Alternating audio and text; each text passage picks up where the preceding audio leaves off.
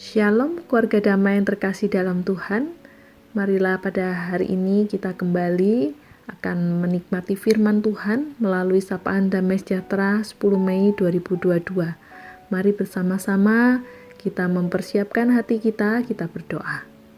Tuhan Allah Bapa kami bersyukur jikalau kami boleh kembali memulai hari kami Tuhan dengan merenungkan firman Tuhan. Biarlah firman-Mu sungguh boleh menjadi dasar kekuatan dan iman kami di dalam kami menjalani kehidupan kami sehari-hari. Saat ini kami rindu untuk kami boleh membuka hati kami untuk dipenuhi dengan firman-Mu. Di dalam nama Tuhan Yesus kami berdoa. Amin. Bacaan kita pada hari ini diambil dari Kisah Para Rasul 9 ayat 32 hingga 35. Saya akan membacakannya. Pada waktu itu, Petrus berjalan keliling, mengadakan kunjungan kemana-mana. Dalam perjalanan itu, ia singgah juga kepada orang-orang kudus yang di Lida. Di situ didapatinya seseorang bernama Eneas, yang telah 8 tahun terbaring di tempat tidur karena lumpuh. Kata Petrus kepadanya, "Eneas, Yesus Kristus menyembuhkan engkau. Bangunlah dan bereskanlah tempat tidurmu." Seketika itu juga bangunlah orang itu. Semua penduduk Lida dan Saron melihat dia, lalu mereka berbalik kepada Tuhan. Demikianlah bacaan kita pada hari ini. Keluarga damai yang terkasih dalam Tuhan, pernahkah Anda merasa dalam suatu titik yang terlemah di dalam kehidupan Anda? Pernahkah Anda merasa bahwa diri Anda begitu lemah dan tidak berdaya?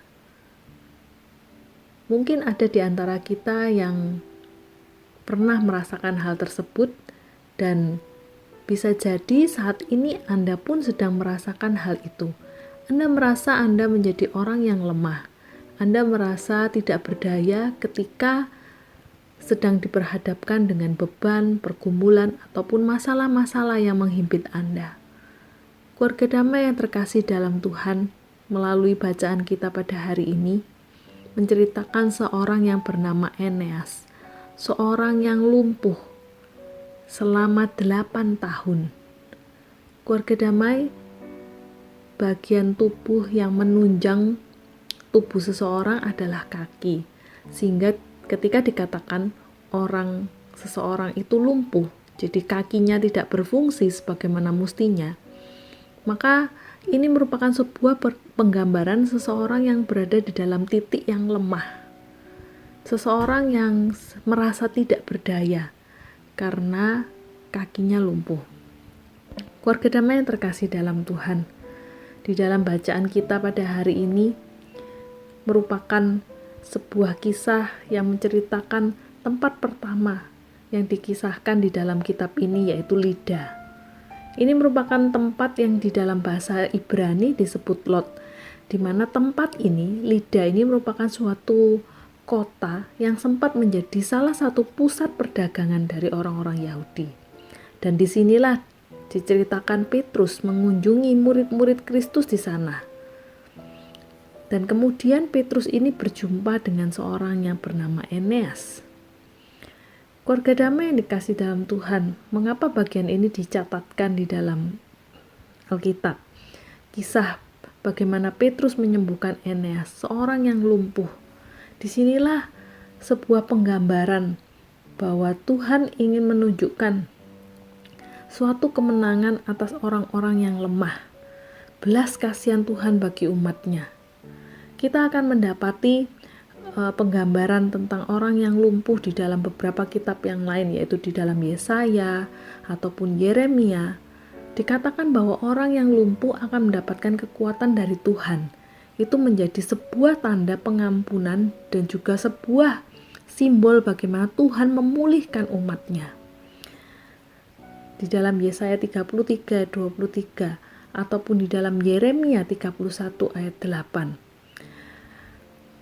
Di sini merupakan ayat-ayat yang menggambarkan bahwa Tuhan itu begitu mengasihi umat Israel di tengah-tengah bangsa-bangsa asing yang menindas, menertawakan, dan menghancurkan mereka yang lemah. Dikatakan Tuhan akan menguatkan orang lumpuh sehingga kekuatan kaki mereka bahkan akan menjadi lebih besar daripada kekuatan kaki tentara-tentara ataupun bangsa-bangsa yang memusuhi Israel.